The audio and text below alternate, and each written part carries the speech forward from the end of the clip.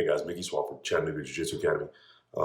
Just wanted to kind of share a quick message. I'm in my wife's office. I woke up this morning, I couldn't really sleep, so I decided to go in my wife's office and shoot this video. Um, but one of the things that happens in Jiu Jitsu is that we have attrition, and we have people who decide for one reason or another to stop training Jiu Jitsu. And there's a lot of legitimate reasons to potentially stop training Jiu Jitsu. Sometimes or families grow, or families changes, or jobs change, or situations change. Sometimes we don't have the time. Sometimes there could be a financial commitment that makes Jiu Jitsu a little bit not the perfect way to spend our money in certain situations.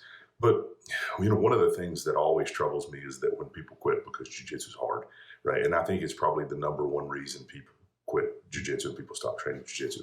And people will handle this a lot of different ways. I've had students over the years quit, and I've had students just stop training completely. Everything from I get the email of, hey man, everything's crazy right now, I'll be back. And 6 months later, I hear from other people that they were friends with at the academy. Yeah, he just felt like it was hard and he wasn't getting it, and he wasn't progressing at the rate. Not getting promoted, but not progressing at a rate where he felt like it was worth his time and effort and energy. I've had students go to quit and go to other schools because they think that's the answer, and that's fine. For some people it is. I've had students quit and open their own schools. So when it comes to that, we've kind of had the full gamut. But every now and then, someone will sit down, they'll come in and they'll say, I'm thinking about quitting jiu-jitsu because it's hard. A lot of times they won't say because it's hard, but that's what they're really saying. And I don't mean that in a negative way. I'm not putting them down. Jiu-jitsu is hard. Everything in life that has any value that's worth doing is hard. So, I think it always falls short the level to which I appreciate their willingness to come and say that. That's a hard thing to say. It's a hard thing to say, hey, I just don't think I'm good at this, and I don't think I can ever be good at this. So to come share that with an instructor, with someone who you want them to be proud of you want them to feel capable as an instructor, that's a tough thing on multiple levels. So, one of the things I say all the time is, as an adult, I say this to my kids, and I say this to people that I talk to that are in the martial arts business, that are in the jiu-jitsu business, I would rather have an uncomfortable understanding than a comfortable misunderstanding. So it's sometimes really hard to have those uncomfortable understandings where you sit down and say things that may offend people, that may hurt their feelings, that they may take a certain kind of way. That's more on them than it is you. So everybody has to be a grown up in this deal. So for me, when they come and tell me that, I'm just going to kind of share with you the basic thing I say to them. And I don't say it because it's a sales pitch. I say it because I think it's important for jiu-jitsu people to understand. I think it's important for up and coming people to understand we were all there. Some of us are still there at the stage we're at in life. Even as black belts, some of us are at that point where, man, this is hard. It's hard to teach now. It's hard to do this. As I age and get older, it's hard to learn. So just kind of share with you the basic kind of talk that I have, and hopefully it'll help somebody out there who's, maybe thinking about jiu-jitsu is hard and this, that, and the other. So essentially the talk I have is, so you got to think about jiu-jitsu like climbing stairs. And the reason, first of all, the reason we do hard things is because the only way we'll ever realize our potential is to do hard things. And that's true in math. It's true at work. It's true in your marriage.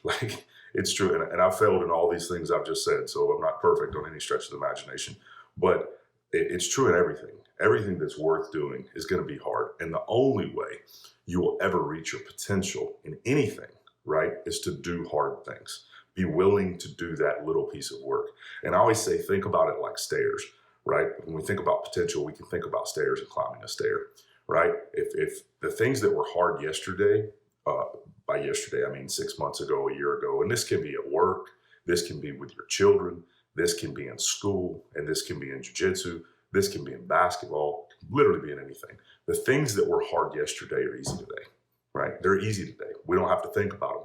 We've climbed that stair and we've moved up to the next stair. Now we're on the next challenging thing, right? And that's fine. And then we're challenged to do that. We're working at that. In 6 months, 2 weeks, 6 months, a year, 2 years from now, whatever amount of time it is, that's challenging. And sometimes we'll look back at something that's 4 or 5 stairs ago, and we'll go, man, I'm almost embarrassed that I ever even struggled with that. I'm almost embarrassed that that was ever even a thing for me to struggle through, because it's so simple now. But had you not been willing to do the work, had you not been willing to do the work to learn that stairs where you in, man. Like, and it doesn't mean you can't move up a little, but think about it. If you stand on a flight of stairs and you practice it, test this theory if you want to. Step your foot up as high as you can. You can skip 1 stair, right? I'm 6'7". I can skip 2 or 3 stairs. I can't skip 4, right? You have now limited your growth in anything, right? Whether it's jiu-jitsu, whatever, like, it doesn't matter. If you're unwilling to do hard things parenting your kids, sit down and have hard conversations with them. You have stalled on the ladder of succession and the ladder of ability, and you have now said, my potential's here within this relative range, and it will never grow out of that. So, the reason we do hard things is because I care more about the future me, right, than I do the present me. I would rather sacrifice going through this hard time today. And I'm talking about not as a black belt who's been doing this for 27 years. I'm talking about as a white belt who's been doing it 6 months. I'm like, is it important for you to learn what you're going to learn in jiu-jitsu? They inevitably say yes. And I say, well, you owe it to yourself a year from now to be willing to take this step today, so you can get to the step tomorrow, and then the step the next day, and then the step the next day. And a year from now, right, you may have a skill set that you can set and legitimately go, you know what? I'm capable of defending myself now. I really, the only reason to continue to pursue jiu-jitsu, maybe you're 2-3 years in, the only reason to continue to pursue jiu-jitsu now is more of a hobby, or I love the sport, or martial art, or whatever you want to call it. But you've taken the hard steps to acquire the skill you want. Or maybe you go, you know what? I want to be a black belt. I want to attain some self-mastery. Well, guess what? You're 2 years in, you want to be a black belt. You've got plenty more hard steps that you're going to have to take. But that's awesome, because if you're willing to challenge yourself on a daily basis, right, and you're willing to do hard things, then you can reach your potential. So at the end of the day, I feel like one of the things in our society, and this isn't me as an old man being like, well, in my day, we did it, whatever, but it is a little bit of that. I feel like in society, one thing where we fail right now is this pursuit of happiness and whatever. We should pursue things that are meaningful. And if it's meaningful for you to know how to defend yourself, it's meaningful for you to learn jiu-jitsu. If it's meaningful for you to do anything, just because that thing is hard for you to do, that's not really an excuse that you should feel good about utilizing. Now, if you don't have time, if you don't have money, if jiu-jitsu takes you away from your family in a time when your family needs you, I'm the first guy to say, hey man, we're not going anywhere. We'll be here when you're done. But if you're stopping training jiu-jitsu because it's hard, that's something that you need to sit and really have a conversation with yourself. Not just about jiu-jitsu. Is that the kind of person you want to be, who doesn't maximize your potential, who doesn't make yourself fully capable in the things that you want to pursue? Real quick, I'll sum it up. I had a student one time. He's a black belt now. He's my highest ranked black belt in the academy. And he sent me an email. I wish I would have kept the email. I've looked for it. I can't find it. He'd been training jiu-jitsu about 6 months, and he prepaid for a year right up front.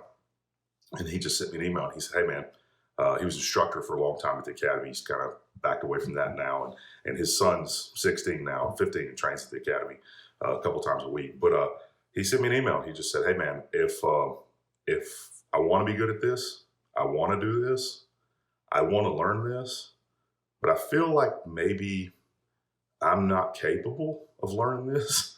I feel like I'm not very good, and I don't want to waste your time, and I don't want to waste my time. So if you see me as someone who just kind of can't do this, then just let me know. I can take it, but I would rather not waste either of our time in the process of pursuing this if it's not worth it. And of course, if you know me at all, my students, I didn't respond to his email at all because it was too long.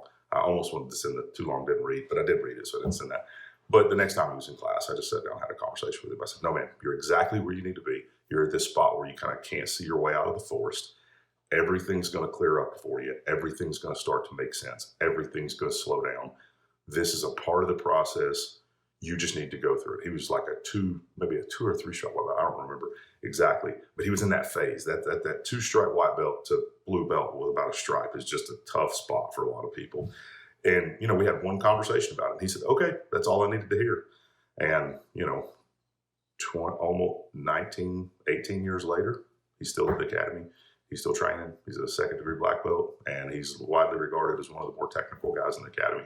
So just because it's hard, don't stop. Guys, thank you. We appreciate it. If you haven't already, subscribe to our channel. We're going to try to put out some different content.